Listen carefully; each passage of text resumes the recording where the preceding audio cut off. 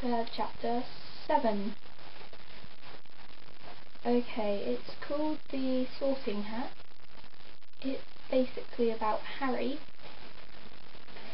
getting his first look at Hogwarts. So far we've seen the Great Hall, the marble staircase, lots of staircases that it doesn't really describe, and you've seen the Gryffindor dormitory. You first see Professor McGonagall, and she comes in. She leads them into the Great Hall. But before she does that, she basically says what's going to happen, but she doesn't tell them anything about what they have to do to get sorted. And then they get in and they're lined up, and there's a sorting hat, there's a hat, and it's called the Sorting Hat. And it sings a little song, and everybody cheers, and then it sorts out the pupils into which house they're going to be. The houses are called Gryffindor, Ravenclaw, Hufflepuff, and Slytherin. We've got a feeling that Slytherin, they are very nice, they're kind of the meanies of the school. Hufflepuff is kind of the dopey ones, the ones that not many people want to be a Hufflepuff. Ravenclaws are kind of, well, if people wanted to be in Gryffindor, then if they weren't in Gryffindor, Ravenclaw was their second choice. So I guess Ravenclaw's kind of okay. And Gryffindor, as I've already said, most people want to be in Gryffindor.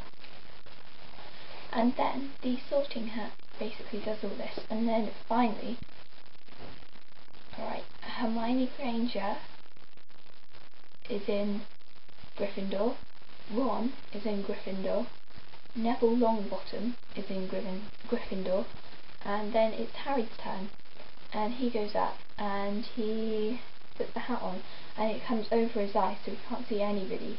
But when they say his name, just before it goes over his eyes, you can see everybody craning to look at him, which would be kind of embarrassing. But anyway, and then he hears a small voice inside his head, talking about what house he should be in, and he basically whispers to it, "Not Slytherin, not Slytherin." So the hat says, "Are you sure?" They could, give you the, they could help you out. But then he says, "Well, if you're sure, you better be in Gryffindor." And everybody's happy and then the Weasley twins, Fred and George, they start shouting, we got Potter," and everything. Funny. And then they sung the Hogwarts song. I won't say it all because it's quite long. Let's see, how long is it? Do you want me to say it? I'll say it. Hogwarts, Hogwarts, Hoggy-Warty Hogwarts. Teach us something please, whether we be old or bold, or young with scabby knees. Our heads could do with filling with some interesting stuff, but now they're bare and full of air, dead flies and bits of fluff. So teach us things worth knowing, bring back what we forgot. Just do your best, we'll do the rest, and learn until our brains all rot. And basically Dumbledore said, pick your favourite tune and then sing these lyrics. And the Weasley twins, Fred and George, you can tell they're kind of a bit cheeky, mischievous. They're the last people. They're the last people to stop singing. They're singing like a funeral march. It's quite funny. And then they basically get shown to the Gryffindor dormitory, and all the paintings are moving. And there's a fat lady on one of them singing or something, and she said the password, and Percy, the prefect, Ron's older brother, he basically says, the password, which I will tell you because it is Caput Draconis. Anyway, and that is the password, and then the painting like moves, and there's a hole in the wall, and you go through, and then there's the Gryffindor dormitory. So yeah, and yeah, that's all I've got to so far. So, oh yeah, Harry had a dream as well, that he was in Professor Quidditch, wait, it is Quidditch, isn't it? Quirrell's turban, which I should have mentioned Professor Quirrell before. He's very stuttery, but if I haven't, then this is Professor Quirrell. He wears a massive turban, and he stutters a lot.